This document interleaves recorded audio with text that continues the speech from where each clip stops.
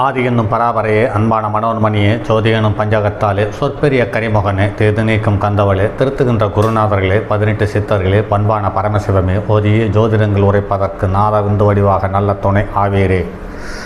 உலகில் உள்ள தமிழ் பேசும் அனைத்து நாள் உள்ளங்களுக்கும் மற்றும் ஜோதிட சான்றோர்களுக்கும் மூத்தோர்களுக்கும் ஆர்வலர்களுக்கும் மற்றும் இந்த காணொலியை காணும் உங்களுக்கும் ஆஸ்ட்ரோராஜின் இனிய நல்வணக்கங்கள்.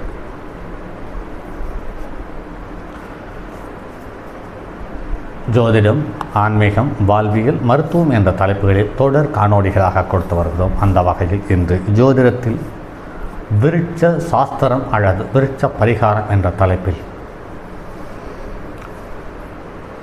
27 நட்சத்திரங்களுக்கும் ஒவ்வொரு நட்சத்திரங்களுக்கும் 4 பாதங்களுக்கும் தனித்தனி விருட்சங்களை அடையாளம் காட்டி சென்றிருக்கிறார்கள் நம் முன்னோர்கள். ஆக 108 பாதத்திற்கு 108 விருட்சங்களை ஒரு பதிவாக கொடுத்திருக்கிறோம். அதற்கு அடுத்து நவ கிரகங்களுக்கு ஒவ்வொன்றுக்கும் உகந்த விருட்சம் எது என்பது சார்ந்த தகவலையும் காணொலியாக கொடுத்தவர்கள். அடுத்து 12 ராசிகளுக்கும் உரிய விருட்சங்கள் எது எது என்று சார்ந்த தகவலையும் பதிவாக கொடுத்திருக்கிறோம். அடுத்து பஞ்சபூதங்களுக்கும் ஏற்ற மூலிகைகள் எது எது என்பது சார்ந்த தகவலையும் ஒரு பதிவாக கொடுத்திருக்கிறோம். அடுத்து தமிழ் வருடங்கள் 60 இருக்கிறதல்லவா, இந்த 60 வருடங்களுக்கும் இந்த வருடங்கள் அனைத்தும் வேற்று மொழிகள், அதாவது சமஸ்கிருத மொழியில் பெயரை சொல்லியிருக்கிறார்கள். இந்த 60 வருடத்திற்கும் ஒவ்வொரு வருடத்திற்கும் பெயர் சமஸ்கிருதத்தில் சொல்லப்பட்டிருக்கிறது. அந்த சமஸ்கிருதத்தை ஒட்டி தமிழ் மொழியில் அதனுடைய பெயர் மற்றும் அதற்கான விருட்சம் எது என்ற தகவலை இந்த பதிவில் பார்ப்போம். வாருங்கள் நண்பர்களே. பிரபவ என்ற ஆண்டிற்கு தமிழ் நற்றோன்றல் என்ற வார்த்தையை அடையாளப்படுத்தியிருக்கிறார்கள். இதற்கான மரம் கருங்காலி.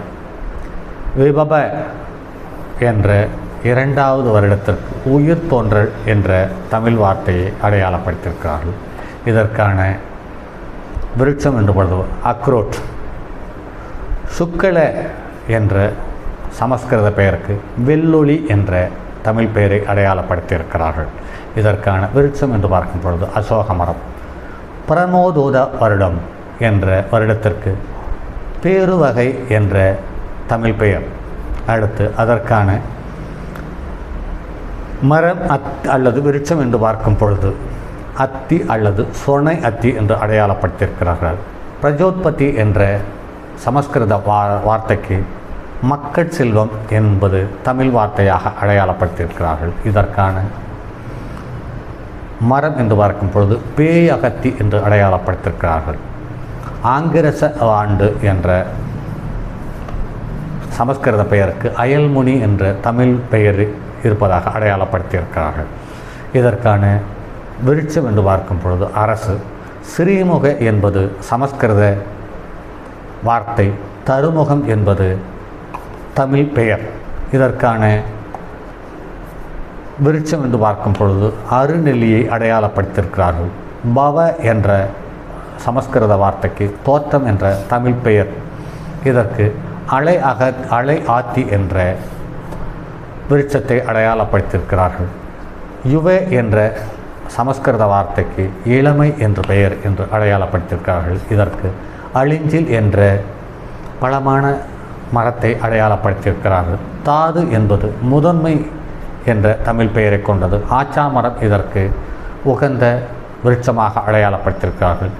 ஈஸ்வர வருடம் என்பதற்கு ஈச்சுவரம் என்ற தமிழ் வார்த்தை. இதற்கு ஆலமரம் உகந்த விருட்சமாக அடையாளப்படுத்தியிருக்கிறார்கள். வெகுதானிய வருடத்திற்கு கூலதவளம் என்ற தமிழ் பெயர். இதற்கான விருட்சம் என்று பார்க்கும் பொழுது இலந்தை. பிரமாதி வருடத்திற்கு முதன்மை என்று தமிழ் பெயர். இதற்கு தாளிப்பனை என்ற தாவரத்தை, அதாவது மரத்தை அடையாளம் காட்டியிருக்கிறார்கள். விக்கிரம என்ற வருடத்திற்கு நேர்நிரல் என்ற தமிழ் வார்த்தை. இதற்கு இலுப்பை மரத்தை விருட்சமாக அடையாளம் காட்டியிருக்கிறார்கள். விஷு வருடத்திற்கு விளை பயன் என்று அடையாளம் காட்டியிருக்கிறார்கள். தமிழ் பெயர் இதற்கு ருத்ராட்சம் உகந்த விருட்சமாக சொல்லப்படுகிறது. சித்ராபானு என்பது சமஸ்கிருத பெயர். ஓவிய கதிர் என்பது தமிழ் பெயர். இதற்கான விருட்சம் எட்டி. சுபானு என்பது சமஸ்கிருத பெயர். அதற்கான தமிழ் பெயர் நற்கதிர். இதற்கான விருட்சம் என்று பார்க்கும்போது ஓதிய மரம் அல்லது உதியன் மரம் என்று அடையாளப்படுத்தியிருக்கிறார்கள். தாரண வருடத்திற்கு தாங்கெழில் என்ற தமிழ் பெயர் உண்டு. இதற்கு கடுக்காய் மரத்தை ஆகச்சிறந்த விருட்சமாக அடையாளம் காட்டியிருக்கிறார்கள். அடுத்து பார்த்திப வருடத்திற்கு நிலவரையன் என்ற தமிழ் பெயர் உண்டு என்று அடையாளம் காட்டியிருக்கிறார்கள். இதற்கான மரம் என்று பார்க்கும் பொழுது கருங்காலி. விய வருடத்திற்கு விய வருடம் என்ற சமஸ்கிருத பெயருக்கு தமிழில் விரிமாண்டி என்ற தமிழ் பெயர் இருப்பதாக சொல்லப்படுகிறது. இதற்கான மரம் என்று பார்க்கும் பொழுது கருவேலம். சர்வஜித்து என்ற சமஸ்கிருத பெயருக்கு முற்று அறிவு என்று தமிழ் பெயர் உண்டு. இதற்கு பரம்பை மரத்தை உகந்த விருட்சமாக அடையாளப்படுத்தியிருக்கிறார்கள். சர்வதாரி என்ற சமஸ்கிருத வார்த்தைக்கு முழு நிறைவு என்று தமிழ் பெயர். இதற்கு குல்முகர் என்ற மரத்தை அடையாளம் காட்டியிருக்கிறார்கள். அது ஆங்கில பெயர் அல்லது வடமொழி பெயராக இருக்கலாம். அதற்கான தமிழ் பெயர் அலங்கார கொன்றை என்று அடையாளப்படுத்தியிருக்கிறார்கள். விரோதி வருடத்திற்கு தீர்ப்பகை என்ற தமிழ் பெயர். இதற்கு கூந்தல் பனை ஆகச்சிறந்த விருட்சமாக அடையாளம் காட்டியிருக்கிறார்கள். விக்ருதி என்ற வருடத்திற்கு இது விக்ருதி என்பது சமஸ்கிருத பெயர். தமிழ் பெயர் என்று பார்க்கும் பொழுது வளர்மாற்றம் என்று சொல்லியிருக்கிறார்கள். இதற்கு சரக்கொன்றை உகந்த விருட்சமாக அடையாளப்படுத்தியிருக்கிறார்கள். கர வருடத்திற்கு கர என்பது சமஸ்கிருத வார்த்தை. சேய் நேர்த்தி என்பது தமிழ் பெயர். இதற்கு வாகை மரத்தை அடையாளம் காட்டியிருக்கிறார்கள். நந்தன வருட சமஸ்கிருத பெயர். நற்குளவி என்பது தமிழ் பெயர். இதற்கு செண்பக மரத்தை அடையாளம் காட்டியிருக்கிறார்கள். விஜய என்ற வருடத்திற்கு இது சமஸ்கிருத பெயர். உயர் வாகை என்பது தமிழ் பெயர். இதற்கான மரம் என்று பார்க்கும் பொழுது சந்தனம். ஜெய என்பது சமஸ்கிருத பெயர். இதற்கான தமிழ் பெயர் வாகை என்று சொல்லப்படுகிறது.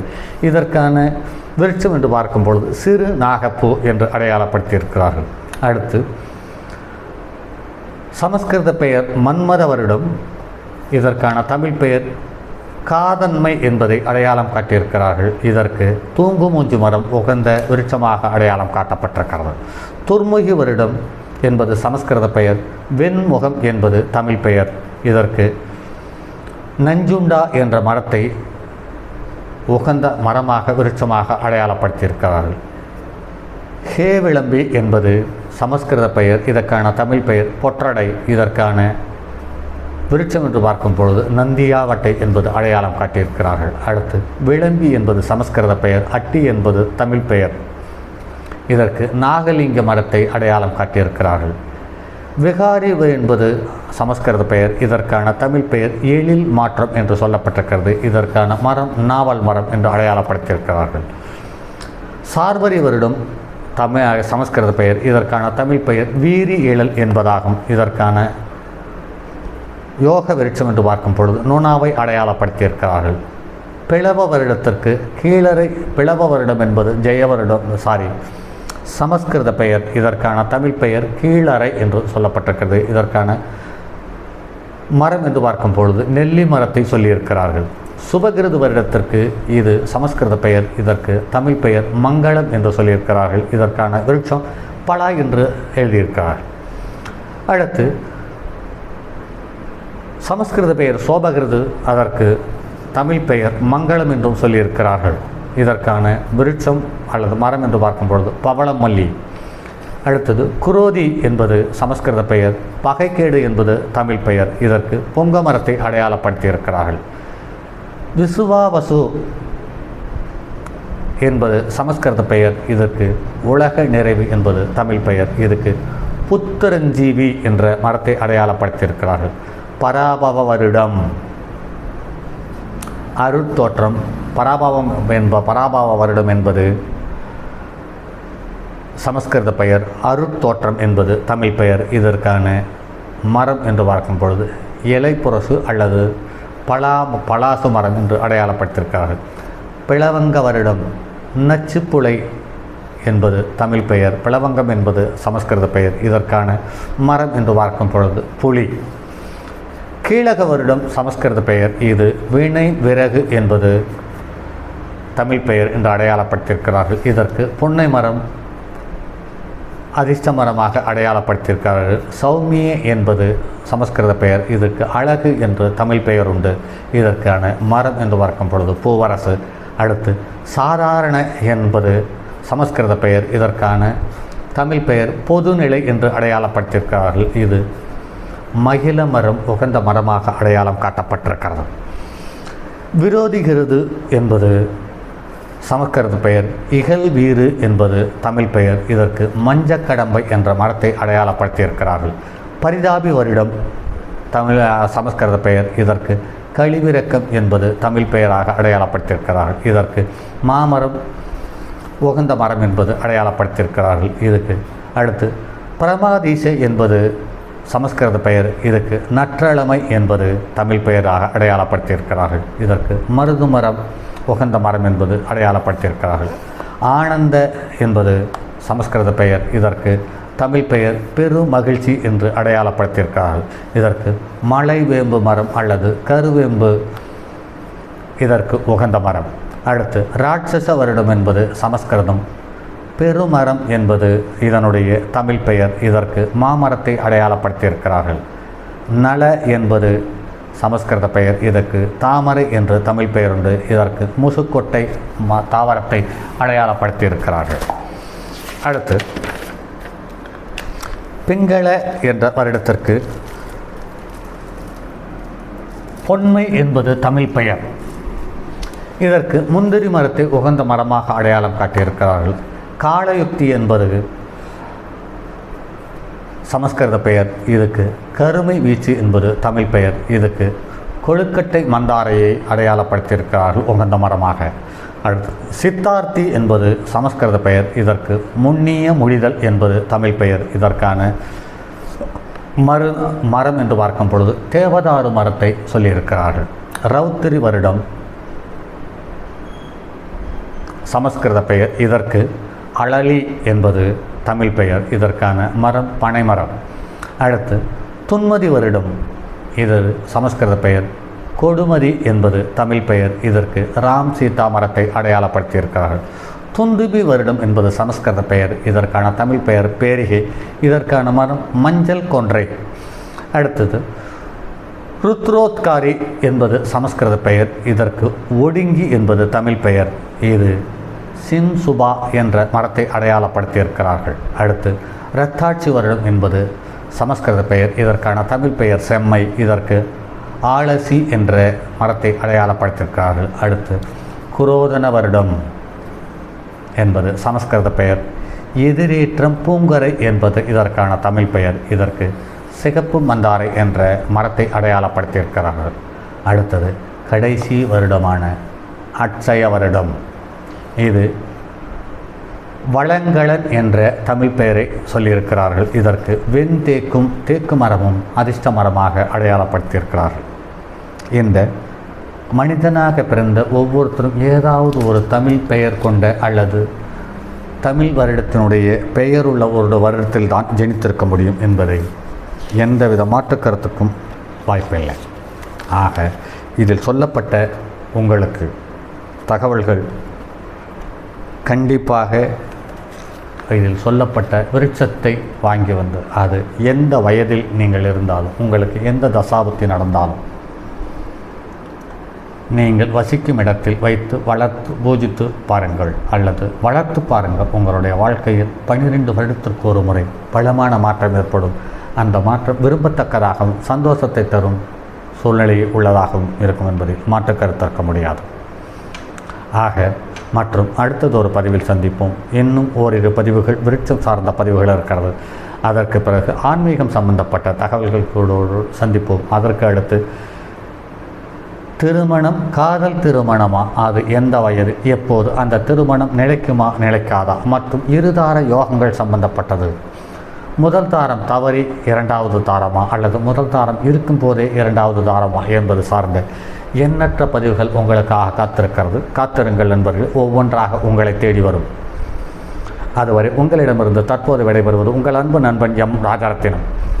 தங்கமான் மழுவோடேந்தி தன்மதி தலையில் கொண்டோன் மங்கையர் பதிக்கச் சொன்ன மாமொழி ஜோதிடத்தை இங்கு யாம் உரைப்பதற்கோ எமை என்னும் பிழை வராமல் காக்க செங்கன் மால்மருகன் யானைச்சரன் பதம் காப்பதாமே.